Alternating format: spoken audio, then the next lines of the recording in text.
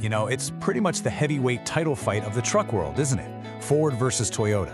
F-150 owners, they'll swear by its power and all the cool tech, but then the Tundra owners come back and they stand by their truck's legendary durability. So, what happens when we push all that brand loyalty aside and just run the hard numbers? Well, we're about to find out. So, let's just get right to the big question. Everyone's got an opinion, but we're here for the actual data. You might think, okay, the Ford, with all its bells and whistles and different engines, that's got to be pricier, right? Or maybe you think the Tundra's famous resale value makes it the smarter buy in the long run. Well, the real answer? It might just shock you. Here it is. Over 5 years of ownership, the data shows the Toyota Tundra costs almost $5,000 more to own than the Ford F-150. No, that is not a typo. So the big question now is, why? I mean, how is that possible? Where does that staggering difference actually come from? To solve this mystery, we've got to break down every single dollar. We are going to completely dissect the 5-year total cost of ownership. We're talking everything: fuel, insurance, and even that sneaky cost that gets everybody, depreciation. So let's see how this all adds up. Okay, here's the whole picture, side by side. We're comparing what we think are the best value trims. The F-150 with that great 2.7-liter EcoBoost against the Tundra with its 3.4-liter twin-turbo. You can see the bottom line. The F-150's total comes in at $42,535. The Tundra, $47,450. So let's dig into each of these categories and find out why. First up, let's talk about what you feel at the pump: fuel. That 2.7-liter EcoBoost in the F-150, it's not just powerful, it's surprisingly efficient. Owners are reporting a real-world average of about 22 miles per gallon. Now the Tundra, even with its modern twin-turbo V6, averages closer to 20 mpg in the real world. Now 2 miles per gallon might not sound like a huge deal, but over 5 years and 75,000 miles? Yeah, that adds up to over $1,100 right there. Now let's look at insurance and maintenance. And this is interesting. Toyota definitely lives up to its reputation for slightly lower maintenance costs, saving you about $700 over 5 years. But then you look at insurance, and wow, the F-150 is way cheaper to insure, saving you $750. So in this category, it's pretty much a wash. The costs almost perfectly cancel each other out. And here it is. This is the single biggest factor. Everybody says Tundras hold their value better, and they're right. In terms of percentage, the Tundra holds 62% of its value versus the F-150's 58%. But, and this is the crucial part, it starts with a much higher price tag. So what does that mean in actual dollars lost out of your pocket? The Tundra owner loses $21,200. The F-150 owner, only $17,500. That's a nearly $4,000 difference right there. Ouch! Okay, enough with the spreadsheets. Let's get our hands dirty and talk about the hardware. The engineering philosophies behind these two trucks are actually really different, and it explains a lot about how they perform.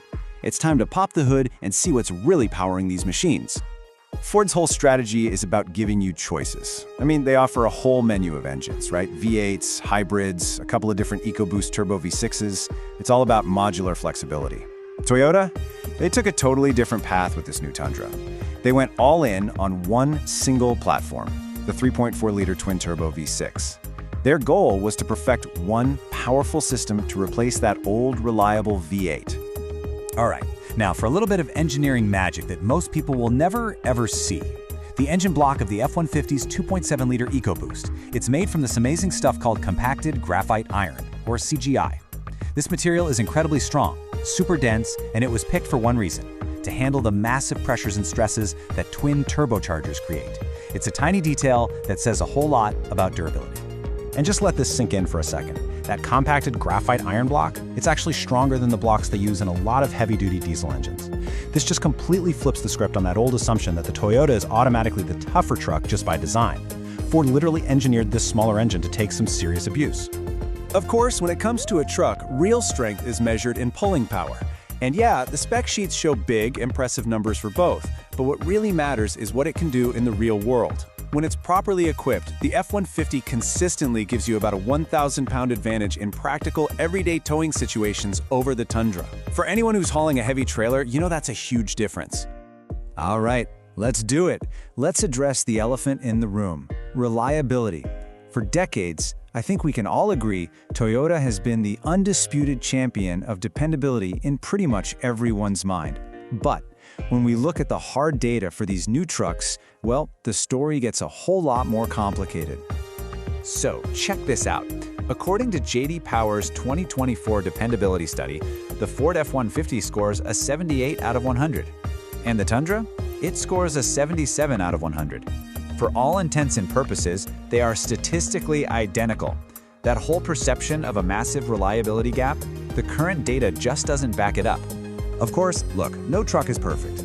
For the F-150, what owners report most often is some hesitation from that 10-speed transmission, the infamous cam phaser rattle on some of the EcoBoost engines, which is basically a timing part that can get noisy, and, the occasional electrical glitch with the infotainment system. But the new generation Tundra has had its own share of growing pains. The biggest ones are complaints about the new turbo system's wastegates. Those are just valves that control the turbo speed. A pretty serious recall for engine failures on some of the early 2022 models, and a lot of owners reporting that their fuel economy just isn't what they expected. So what do the pros think? The people who actually have to fix these things? Well, we asked some mechanics, and on the F-150, the verdict was pretty clear. Because there are millions and millions of them out there, parts are cheap and they're easy to find.